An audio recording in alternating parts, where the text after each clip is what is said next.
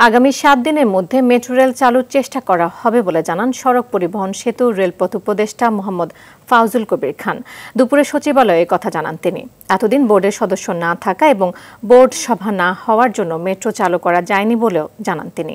কর্মচারীদের কিছু দাবি আছে জানিয়ে তিনি বলেন, সরকার পরিবর্তনজনিত প্রশাসনিক শূন্যতা পূরণ করা হয়েছে, তাই নবনিযুক্তদের সাথে মিটিং শেষে অতি দ্রুতই মেট্রো চালু হবে।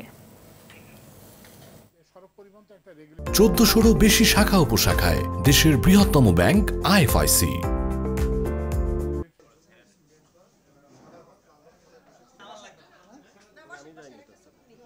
লাইন টাইনগুলো একটু চেক করতে তো 2-3 দিন 4 দিন সময় লাগবে, এবং উনি এটা আমাদেরকে দিয়েছেন যে এটা 7 দিনের মধ্যে আমরা চালু করার চেষ্টা করব। যে এটা তো অ্যাড্রেস করা হয়েছে, এটার দুইটা সমস্যা ছিল।